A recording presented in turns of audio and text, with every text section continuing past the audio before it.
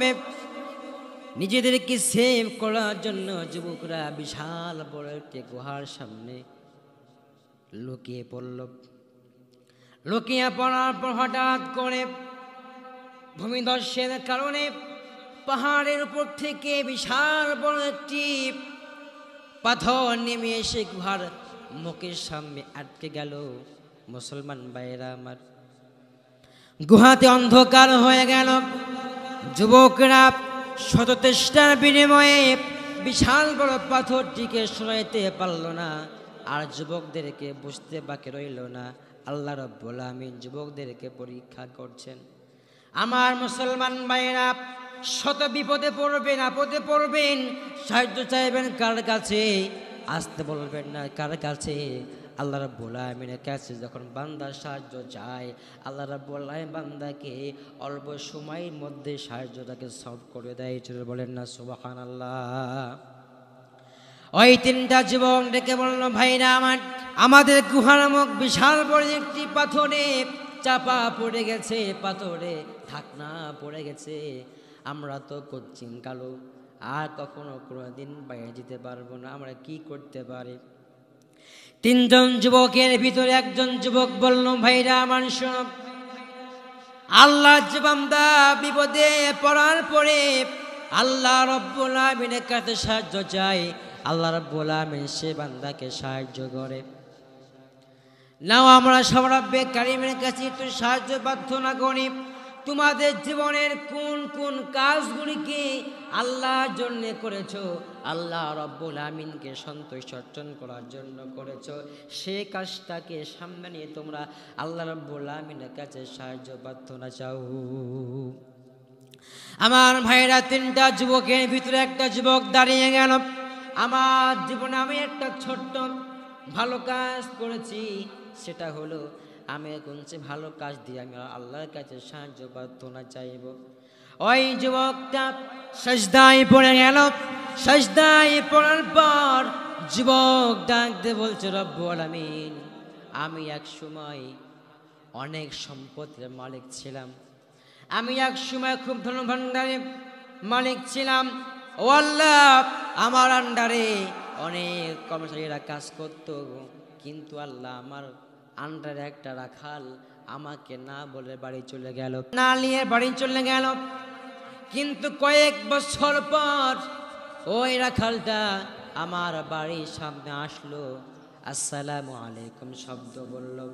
আমি গেটটা খুলে দেখি আমার সেই পুরাতন রাখালটা বাড়ি গেটের সামনে রয়েছে, আর আমাকে বলল, মালিক মহাজন, আমি তো আপনার কাছে সেদিন একদিন টাকা পাবো, আমি টাকা না নিয়ে আমার মার আমি দাফন কাফন সম্পন্ন করতে গিয়েছিলাম, আপনি আমাকে সে টাকাটা দেন। আমার সন্তান বিশাল বড় রোগে আক্রান্ত হয়ে গেছে, আমার অনেক দিরহাম লাগবে, টাকা পয়সা লাগবে। ও আল্লাহ, আমি সেই যুবকটাকে বলেছিলাম, ও যুবক, তোমার সে দিনের টাকাটা আমি জামানত করে করে, তোমার টাকা তো আমি দান করতেও পারি না, বিলাইতেও পারি না, নিজে খাইতেও পারি না, আমি সে তোমার কিছু আংশিক টাকা দিয়ে মুরগির ডিম কিনলাম। ডিম কেনার পর মুরগির ডিম থেকে বাচ্চা ফুটলো, মুরগির বাচ্চা থেকে অনেক বাচ্চা জন্ম নিল। সেই কাম থেকে আমি একটি বকরি ক্রয় করলাম, ছাগল ক্রয় করলাম, ছাগল থেকে অনেক বাচ্চা জন্ম নিল, বাচ্চার পালো হয়ে গেল। এই দেখো বাম দিকে তোমার সে টাকার অনেক ছাগলের বাচ্চা রয়েছে, সব কিছু তোমার। কিন্তু যুবককে রাখালটি বিশ্বাস করছে না, এটা আপনি কেমন কথা বলছেন? আমার সীমিত টাকা দিয়ে আপনি এত বড় পাল তৈরি করেছেন। এবার আমি তাকে কোনো মতে বিশ্বাস করাতে পারলাম।